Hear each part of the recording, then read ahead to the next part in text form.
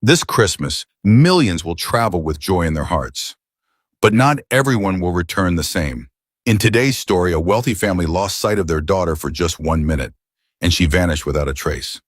At the same airport, a kind village boy trying to chase his American dream was arrested for drug trafficking, simply because he helped an old woman carry her bag.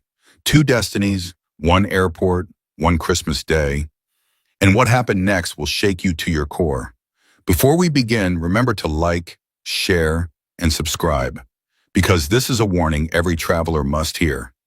Let's dive in. Emma stood in the middle of the village square, staring at the small nylon bag at his feet. It held all his earthly belongings, 2 shirts, a pair of jeans, his worn basketball sneakers, and a Bible his mother had placed on top of everything with trembling hands. Around him, the entire village had gathered. Emma, remember us when you become a steo. Don't go and forget your people in America. God will protect you, my son. Women waved wrappers, men clapped his shoulder, children ran around chanting his name. The December sun burned hot over the red earth, but Emma felt only one thing, gratitude. He was 19, tall, lean, with muscles carved from endless hours playing basketball on the dusty village court. People said his jump was like he had wings. Scouts had seen him once during an inter-school competition. One thing led to another, and now he had a trial opportunity with a basketball academy in America. But the village had carried the weight. They sold goats, bags of rice, and firewood to contribute. The old catechist donated his small savings. The palm wine tapper sent a keg of fresh palm wine the day Emma's passport came out to celebrate destiny. His mother, Mama Ebele, held his hand so tightly he could feel her fingers shaking. "Chukwu gozie gi, my son," she whispered, her eyes shiny. "God will bless you. Don't forget who you are. Don't forget where you came from." "I won't, Mama," Emma said softly, fighting his own tears. "I'll make you proud. I'll make this village proud." The village chief, a tall man with gray beard, raised his walking stick. "Emma, your kindness opened this door. You are not going there only for yourself. You are going in our name. Remember the poor. Remember the helpless. Remember that God lifts the humble." Everyone chorused, "Amen." Emma had always been that boy who helped people, carrying water for old women, fixing roofs, buying medicine on credit for sick neighbors. Kindness wasn't something he planned, it just came naturally. So when the opportunity for the trial came, the village agreed. If anybody deserves help, it is Emma. He climbed into the village bus that would take him to the city, then to the airport. As the bus began to move, he looked back through the open window. His mother stood there, her hands lifted in prayer, lips moving. The chief nodded at him with a knowing smile. Little children waved, dust rising around their bare feet. "God, please," Emma prayed silently, "don't let me fail them." In another part of the country, far from the dusty village, a house that looked like a small palace was glittering with Christmas lights. In the compound, a black SUV was parked, its boot open. Suitcases lay beside it, designer luggage, labels, and tags. A little girl in a red Christmas dress ran in circles, singing an off-key Christmas song. Jingle bells, jingle all the mummy see my shoe." Her name was Zara, 6 years old, lively, sharp, and full of questions. Her mother, Amaka, sat on the veranda scrolling her phone, answering messages, and checking flight details. She wore a silk top and jeans, hair in a neat wig, nails perfectly painted. A woman who had seen hardship growing up and was determined her daughter would never taste it. "Zara, don't scatter your hair a beg," she said distractedly. "We are going to the airport soon. Your father hates lateness." Zara giggled and skipped over to her father, Chief Remy Okafor, who stood by the car talking to their driver and 2 domestic staff. "Daddy, are we really going to London?" she asked, eyes wide. "Yes, my princess," he said, lifting her up onto his arm. "White Christmas, snow, Christmas lights, Father Christmas, everything.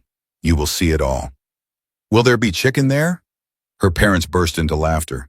"Yes," her father said, "plenty chicken."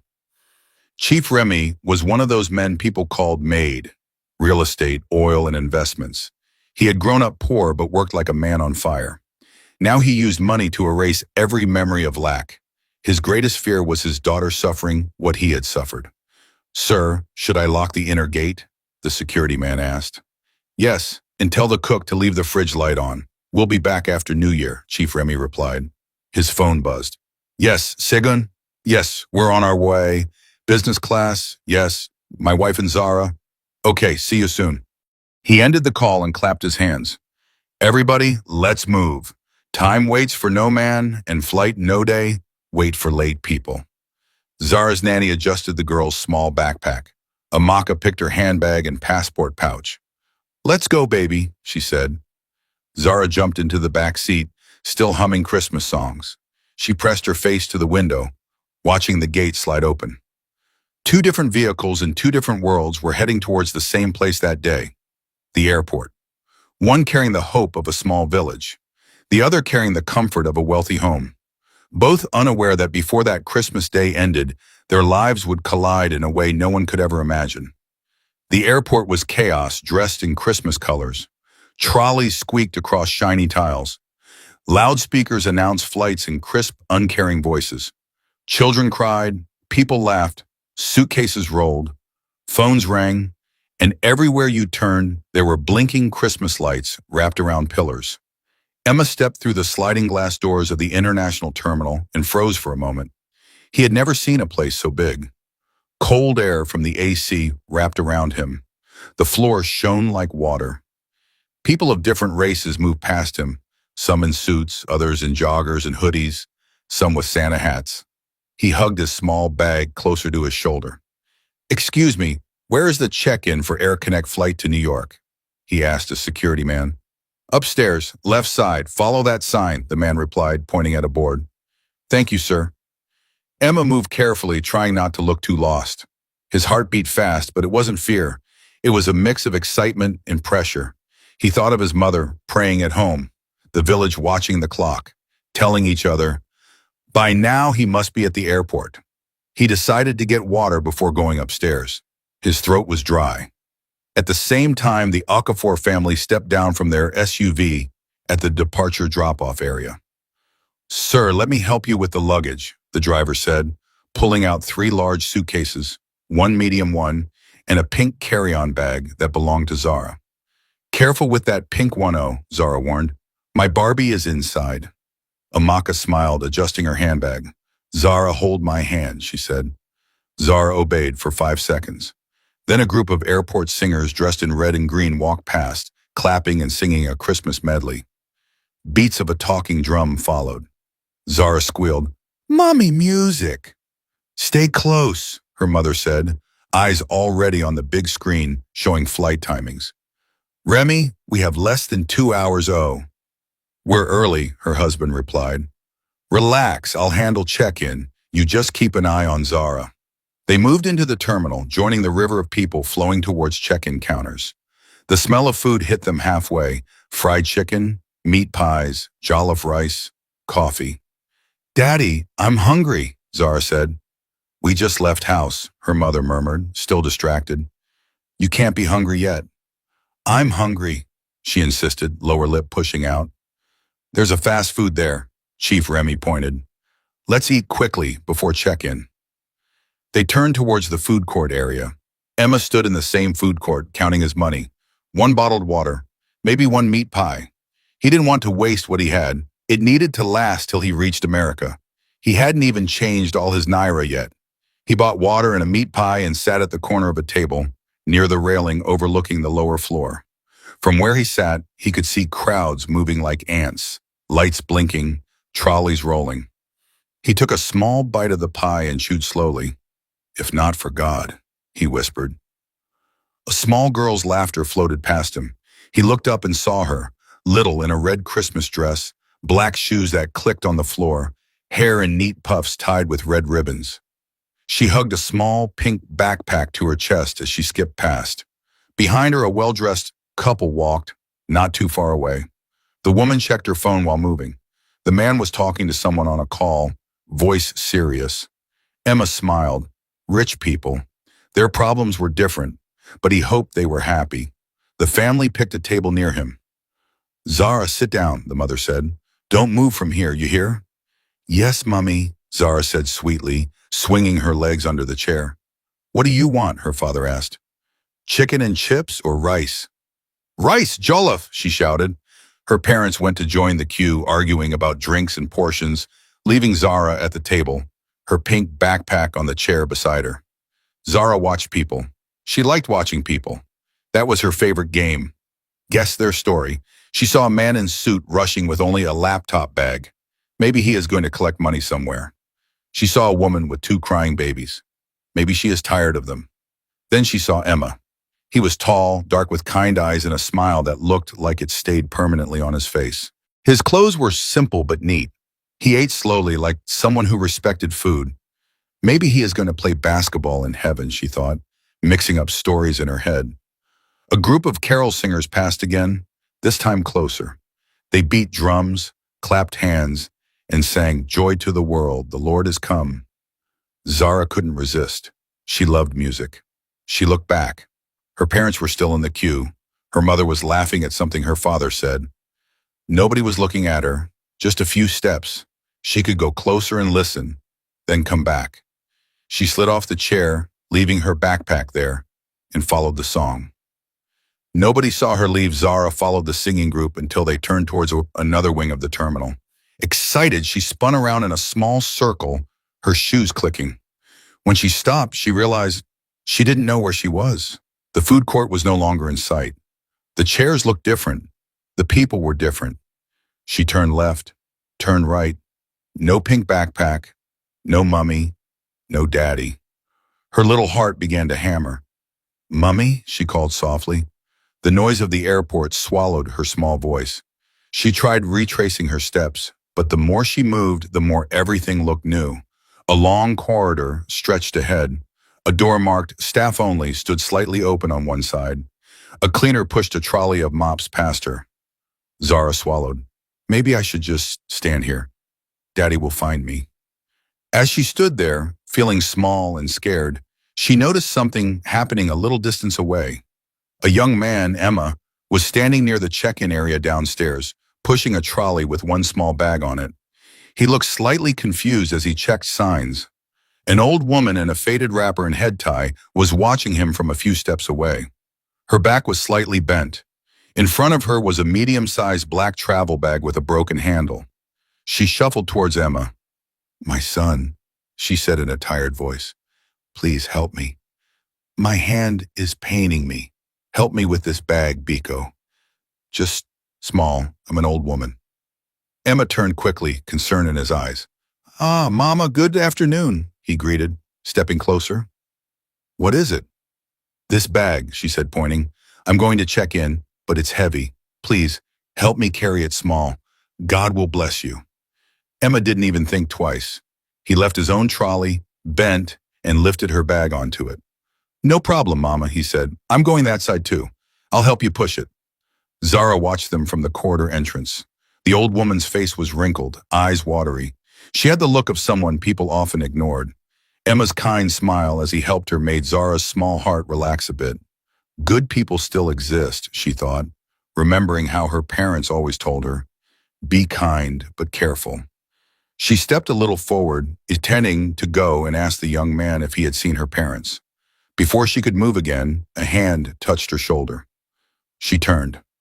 A woman in tight jeans and a fitted top smiled at her. She had long braids and long eyelashes, nails painted blood red. Hi, sweetheart, the lady said. Are you lost? Zara hesitated. I'm looking for my mummy. Ah, don't worry, the woman said soothingly. I'm an auntie here. I will help you find her. Come, let's go and call your mummy at the information desk. Zara bit her lip.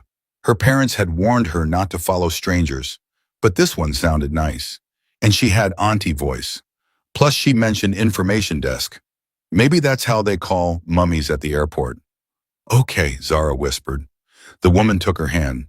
They walked in the opposite direction from where Zara had been. As they moved, Zara glanced back one more time.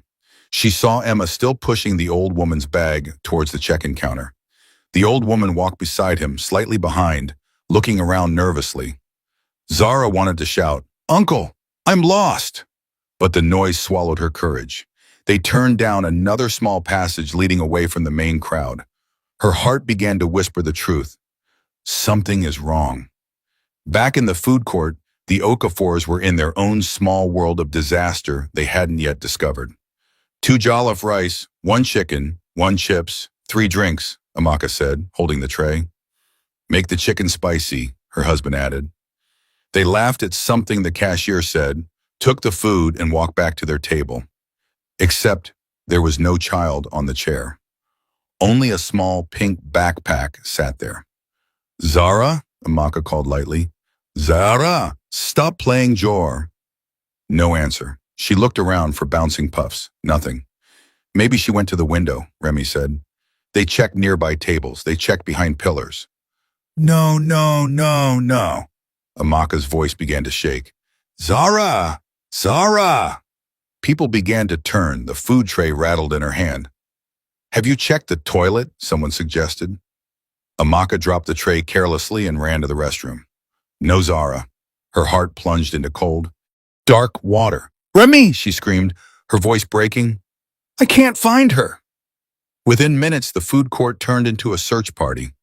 Security was called. Announcements were drafted. Attention passengers. A 6-year-old girl named Zara Okafor is missing. She is wearing a red dress. Amaka clung to her husband's arm, sobbing. Remy, my child, my baby. Jesus, no, please. Calm down, one security officer said, though his own face was tight. We will find her, Ma. This happens sometimes. Children wander off. He tried to sound confident, but the look in his eyes betrayed worry. Everyone had heard stories. Children taken in markets, motor parks, and airports. Bodies never found. Lives destroyed. Time moved like mud. Downstairs near the check-in counters, Emma and the old woman finally joined the queue for their flight. She had insisted on checking in at the same airline desk as him, even though she clutched a different flight ticket. She stood slightly behind him, putting pressure on one hand and holding her wrapper with the other. Thank you, my son, she said softly. God bless you. Young people like you are few nowadays. Emma smiled. It's nothing, Mama. My mother is at home. If she were here, I'd want someone to help her too. She nodded, her eyes flickering. They inched forward until it was finally his turn. Next, the airline staff called. Emma stepped up and handed over his passport and e-ticket printout. Good afternoon, he said politely. The staff checked his details, typed on the keyboard, and nodded. Destination, New York via Paris. One bag? She asked. Yes, just this one, he said, pushing his own small bag forward. And the other one? She pointed at the old woman's bag on the trolley. Emma chuckled. Oh, that's Mama's own. I'm just helping her to carry it. Before the staff could respond, the old woman slid forward quickly. No, it's his own, she said sharply. He's my grandson. It's his bag. He told me to say that. Emma blinked, confused. Mama? He said, turning to her with a laugh. I'm not your grandson. I'm just... The old woman's eyes hardened, flicking from him to the staff. Yes, you are, she said coldly. Don't start lying now. Is it because we are at the airport? Something dark passed between them. Emma's smile faded. What are you saying? I just met you, Mama. The staff looked from one to the other, suspicion growing. Whose bag is it? It's his, the old woman insisted. Check it. He told me to help him say it's mine. I don't want trouble. It's his. No, Emma's voice rose. Madam, I don't know this woman. She begged me. But the staff had already signaled to airport security. A security officer walked over, eyes sharp. What is going on here? The staff pointed. There is confusion about the ownership of this bag. Is it your bag? The officer asked Emma calmly. No, sir, Emma said quickly. I was just helping her carry it. She said her hand is paining her. Please, I don't... It's his, the old woman cut in. I don't want wahala. He begged me. I am an old woman. I can't go to prison. The officer's face tightened. Put the bag on the scanner, he ordered. Emma's heart began to pound. The bag slid into the X-ray scanner. A silence fell over the small area, thick and heavy. Emma's palms were sweating. His ears rang. He thought of his mother, his village, the chief's words. The security officer leaned toward the screen. His eyes narrowed. "What is that?" the airline staff whispered. The image on the monitor showed clothes and shoes, and several tightly wrapped, brick-shaped objects tucked carefully between them. The officer straightened slowly. "Pause it," he told the scanner operator. "Enlarge." The image zoomed. Drugs. Even someone who had never seen them before could guess. The officer turned to Emma. "Step away from the counter," he said, his voice suddenly hard. "Don't touch anything." Emma's mouth went dry. "Sir, I don't understand." The old woman began to cry loudly. "Ha! Jesus, what is this? I don't know him." "Oh," she wailed. "He begged me at the car park to say the bag is mine. But I told him no. I am a widow. I am innocent. He is the one. He is the one." People turned to look. Some shook their heads. Others whispered. Emma stared at her, betrayed. "Mama, why are you lying?" he said, voice cracking. "You begged me at the departure door. You said—" "Shut up," she screamed. "You want to send me to early grave? Thief, criminal, drug boy." Before he could respond, two security officers grabbed him by the arms. "Sir, please," Emma gasped. "I swear on my mother's life, I've never seen that bag before. I was only helping." "You can explain at the office," one officer said flatly. "You are under arrest for suspected drug trafficking." He pulled out a pair of handcuffs. The cold metal snapped around Emma's wrists. In that moment, it felt like the world had ended.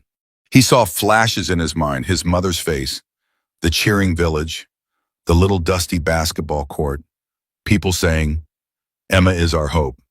"Our hope is a criminal," a cruel voice whispered in his head.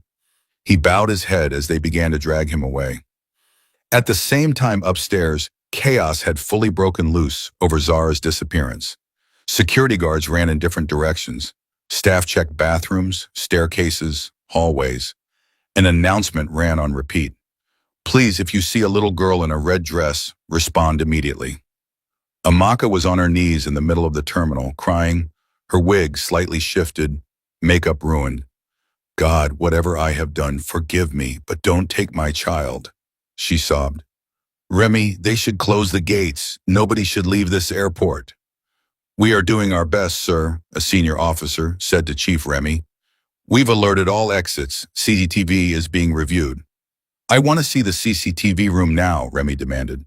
"You don't understand. I am not some random man. That is my only child. Bring her back to me." His voice broke on the last words. "You may miss your flight, sir," the officer warned. "Forget the flight," he shouted. "We're not going anywhere without her." Just like that, the Christmas vacation didn't matter anymore.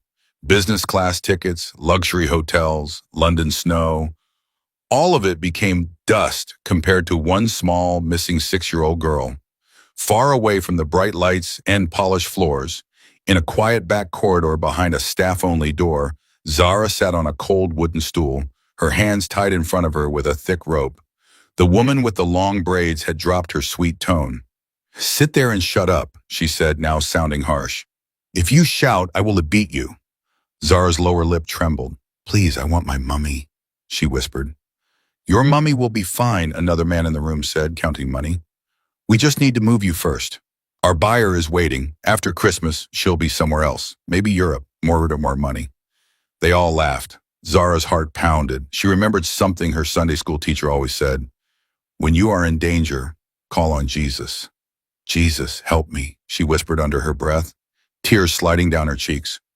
No one noticed the small CCTV camera fixed high in the corner of the room, blinking a tiny red light. No one noticed the small gap under the door where a strip of light passed, and then disappeared as someone walked by. The someone was a cleaner named Musa. He pushed his mop trolley past the staff corridor daily. That morning he had heard the missing child announcement 3 times already. He had children of his own. His heart was heavy. As he passed, he heard a sound, a muffled sob, a child's voice, the word mummy. He paused. "Who is there?" he called softly.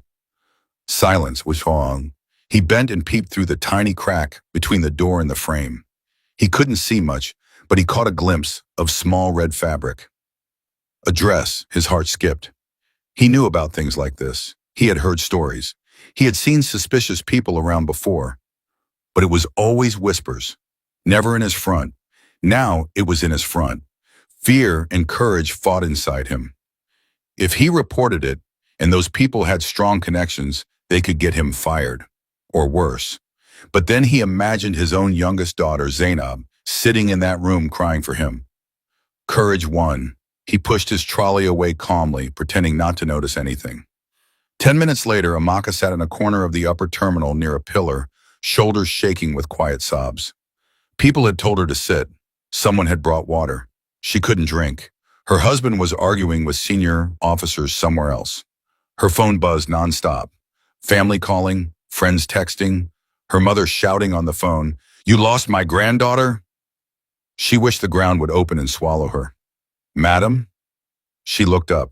It was a cleaner. He wore a faded uniform, hands rough from years of work. He wrung his cap in his hands nervously. "Yes?" she croaked. "Madam, please, are you the one looking for small girl in red dress?" he asked quietly. Tears filled her eyes again. "Yes, have you seen her? Please, have you seen my baby?" "Not exactly," he said slowly, glancing around. "But I hear child voice in staff corridor, crying, saying mummy." They locked the door. "I think something is not right there." Amaka's heart jumped. "Where?" she demanded, grabbing his arm. "Where?" "Madam, please don't shout," he pleaded. "Those people can be dangerous. Let us go and call security quietly." Together they hurried to the nearest security desk. "Officer, please," the cleaner said. "That missing girl. I think she is in the staff back room near loading area." "I heard child voice." "I'm sure." The officer frowned. "Are you certain?" "I have children," Musa said simply. "I know how a child cries for mother." The officer looked at Amaka's desperate eyes and made a decision. "Let's go," he said, calling two other officers on his radio. "Nobody enters or leaves that corridor until I get there." They moved quickly, Musa in front, then the officers, then Amaka. Her legs shook as they hurried down the stairs, through a side passage, then another narrow hallway that smelled of cleaning chemicals. Musa pointed. "Here." The officer motioned to the others. "On three," he whispered. "One, two." He kicked the door open. "Freeze, police." Everyone inside jumped. The man counting money dropped it. The woman with the braids cursed. Another man reached for something under the table. "Try it," the lead officer warned, raising his gun. "You will die here today." Behind them, Amaka pushed forward. Her eyes scanned the room wildly until they landed on a small, shivering figure in a red dress, hands tied, cheeks wet. "Zara!" "Mommy!" the little girl sobbed. Amaka rushed to her, almost falling. The rope was cut. She pulled her daughter into her arms, hugging her so tightly it hurt. "I'm sorry. I'm sorry. I'm so sorry," she cried. "I should never have left you alone. I'm sorry." "Mummy, I was scared," Zara sobbed into her shoulder. "They wanted to carry me away. They are bad people." Officers handcuffed the three traffickers, pushing them against the wall. "Where are the others?" one officer barked. "You will tell us at the station," another said coldly. As the criminals were dragged away, the old woman who had given Emma the bag was among them, her wrapper now slightly displaced, her weak back mysteriously straighter. She recognized Amaka and smirked. "You rich people," she muttered. "Always think your children are safe. They are our best market." The officer shoved her forward. "Keep quiet." Amaka held Zara closer, shaken to her core. She had almost lost her child because of a moment of distraction. Back in the small, dark interrogation room, Emma sat on a metal chair, hands still cuffed, head bowed. "How old are you?" the officer across from him asked. 19, Emma whispered. "You know how much these drugs are worth?" Emma shook his head. "Millions," the officer said. "And you expect us to believe you just helped an old woman to carry a bag? You think we are fools?" "I swear, sir," Emma said, tears in his eyes. "I come from a small village. They sold goats so I could travel. I'm not a criminal. I was only trying to help. She begged me, 'Please check your cameras. Please, you'll see.'" The officer sighed heavily. "Cameras don't always help," he said. "And even if they show you helping, how do we know you didn't agree with her? Old woman is a common cover. Emma's heart sank.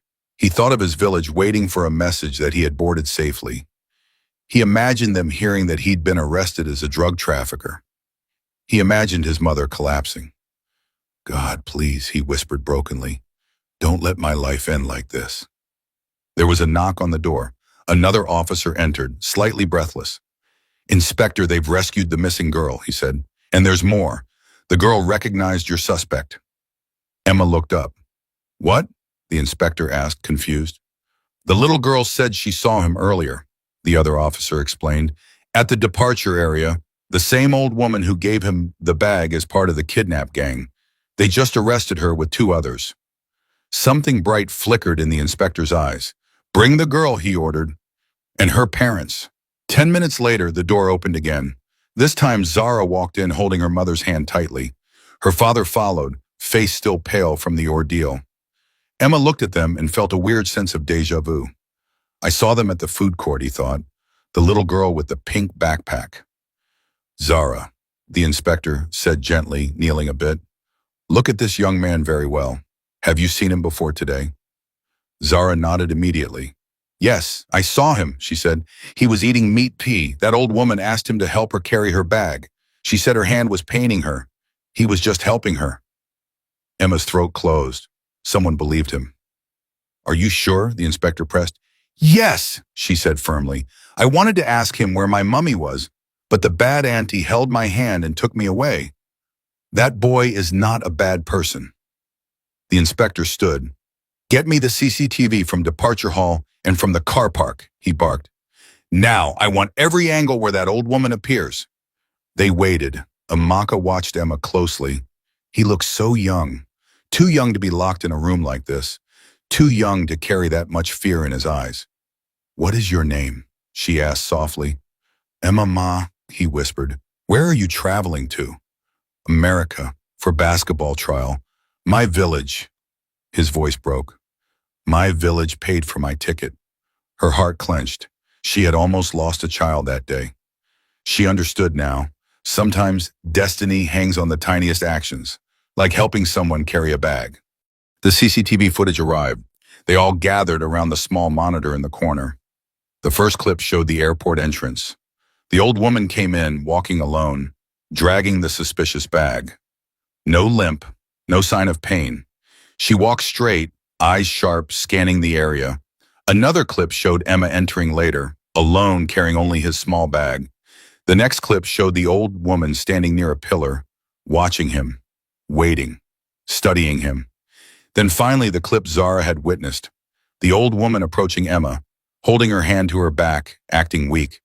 Emma putting down his own bag, helping her lift hers, pushing it with his trolley. The inspector paused the video. Replay the entrance again, he said. They watched it twice, 3 times. It was obvious. The old woman had planned everything. She had targeted Emma specifically because he looked kind and naive. The inspector turned to him. Emma, he said slowly, I owe you an apology. Tears spilled down Emma's cheeks. So, I'm free? He asked in a small voice. Yes, the inspector said. You are free. You were used. But we caught them. He signaled to the officer beside him, who stepped forward and unlocked the cuffs. For the first time in hours, Emma's wrists were free. He flexed his fingers, feeling the weight lift off his soul. Amaka stepped closer. Thank you, Emma, she said quietly. If you hadn't helped that old woman, maybe she wouldn't have been arrested. Maybe they would have taken my child and disappeared. I don't know how to thank you. Emma shook his head quickly. I didn't do anything, Ma. I only helped. His voice faded. The emotions were too much. Chief Remy, who had been silent, stepped forward. You said you are going to America? He asked. Yes, sir, Emma said. But I don't even know if I can still travel today. They took my passport and I don't know how this will affect my trial. What will I tell my village? That I was arrested for drug trafficking? Remy exchanged a look with the inspector. Inspector, can he still travel? He asked. The inspector nodded. Once we clear the paperwork, yes. He is a victim, not a suspect. The drugs are tied to the woman and her gang, not him. We will put that in our report. I'll also give him a written clearance in case he has any trouble later. Do it, Remy said firmly, and put my number there. If anyone tries to frustrate him, they'll answer to me. He turned to Emma. What time is your flight? Emma checked the crumpled printout with trembling hands. In 2 hours, sir. Good, you'll make it, Remy said. Even if you don't, I will reschedule it. Consider it my thanksgiving to God for returning my daughter to me. Your village will not hear shame because of this. Emma's eyes widened. You'll reschedule it? For me? Yes, Remy replied simply. You helped the wrong person, but your heart was right. The world is already hard enough for good boys. Let me do my own little part. Emma broke down crying, covering his face. Thank you, sir, he whispered. God bless you. God bless your family. Zara stepped closer to him. Uncle Emma, she said shyly, when you go to America, will you remember me? He smiled through his tears. I will never forget you, he said. You saved my life too. They all looked at him. He was right. If Zara had not seen him helping the old woman, if she had not survived to testify, if the cleaner had not been brave, he would have gone to prison for a crime he didn't commit. Destiny had woven their stories together like thread in a giant, unseen tapestry. Epilogue. A warning for Christmas. A week later, a video quietly went viral. The title read, Watch this before you travel this Christmas. Never neglect your child. Never hold a stranger's bag. In the video, a well-dressed man and woman sat in a simple room with a small Christmas tree behind them. Between them sat a little girl in a red dress. Beside them stood a tall young man wearing a plain shirt and holding a basketball. Amaka spoke first. This Christmas, many of you will travel, she said. By road, by air, by sea. You'll be busy, excited, distracted. But please, don't be like me. I left my daughter alone for just a few minutes in a crowded airport. I almost never saw her again. Zara looked at the camera, her eyes serious. Don't follow strangers, she said. Even if they say they will help you find your mummy. Shout, run, tell someone in uniform. Then Emma spoke. I grew up being taught to help people, he said, and helping is good. But today, criminals use kindness as a weapon. An old woman begged me to help her carry her bag. I was almost jailed for drug trafficking. So I'm telling every young person out there, never hold or check in a stranger's bag. Not even for 1 second. Not in a park, not in a taxi, not at the airport. If they truly need help, tell them to ask an official. Chief Remy ended the video. Travel's not a game, he said. Evil people are working overtime during festive seasons. Watch your children. Watch your luggage. Don't let your dippo to appear kind or cultured. Put your life or someone else's life in danger. The video cut to a simple message in bold letters. Moral, this Christmas and always, love your children enough to watch them closely. Love yourself enough to protect your destiny. Never neglect your child for 1 second in a crowded place. Never agree to carry or check in a stranger's bag, no matter how innocent they look. One careless moment can destroy what took years to build. And somewhere in a small village, people gathered in a tiny living room, watching that same video on a small TV. They saw Emma on the screen, heard his voice, and shouted with joy, He made it! God saved him! See our boy on TV. Mama Ebeli wiped her eyes and whispered, Thank you, God. Thank you for keeping my son. And please keep every traveler this Christmas. Thank you for watching this life-changing story. As you travel this Christmas, stay alert, protect your children, and guard your destiny. One moment of carelessness can change everything. If this story taught you something, tell us in the comments. Like, share, and subscribe for more powerful African narrative tales.